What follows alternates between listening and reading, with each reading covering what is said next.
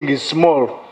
Erizoba akachiko ka parliament ky'eby'obushuubuzi akaba kakurirwe honorable mwine mpaka kabugana n'abakungu kurwo mu kitongore ky'eby'obushuubuzi amakorero n'oburambuzi kwetegereza nko kw'abakungu aba bakorise shilingi biliyoni 5 ezabire zibahirwe okufuruka kandi nabwanyuma bakazihindura bakazikoresa mu kunduze cyombeko batarukuratira biragiro okugeze kitongore cha wax kikabaragira ngo bakorese shilingi biliyoni 3 n'akacweka kamwe omukunduza bitu bazihindura zaba biliyoni 6 n'obucweka 8 zanshonga za sente zitwabahire gure motoka ntura ngo tukabe sente zo gure motoka nsi abagenda mu nakaba bagure motoka za second hand ikintu yo tubachondo zanshonga ya renovation tukaba biliyoni 5 okupangisa endi ubuntu mwanya kwa kandi bajyangwa ibara abafunzire konka bashara mukora renovation kandi kikakiri kirungi okwiya process iba kuzikora renovation bakaronda company bajya direct procurement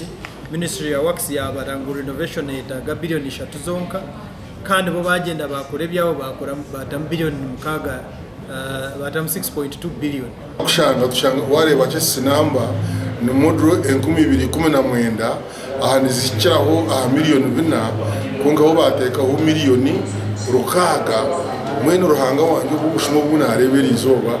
tingaburebaga aba bakongera bakorese cweka cha sentezi okutambuza empapura kuruga aha office mu Kampala okuzita Entebbe bakakoresa miliyoni 800 ekintu cyatangaza abanyishengero kandi ngo bakagaruka bagure motoka nkuru baza ba minister obwe buri motoka barukujibarira shilingi miliyoni rukaga mu ministry nenchi konkiri zona irebere naganje ngaha bazima government muranga no kuzahara government abari mu government president wihanga bakuburize byo burwengusi permanent secretary go trade go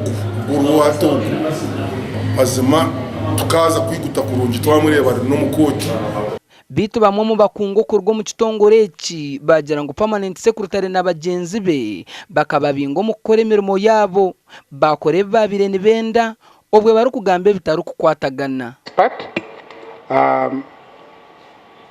this procurement was direct procurement, and in direct procurement you deal with one person. And we are also questioning in direct procurement how that company came on board from all other companies because they have never worked with us before. The cost of construction is about 6 billion and something. 6 billion and what? It is 6 billion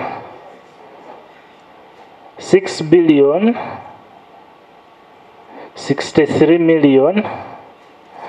319,340. So where are you going to get the balance to pay? Chair, in our budget for this the just concluded financial year, akachiko kahindira ngo nibaza kukoresa man gabo okureba ngo bayeta permanent secretary we kitongore Miss Geladine Sali ayongere kubashoborera gasha kwa Jime Muhumuza omur Kampala.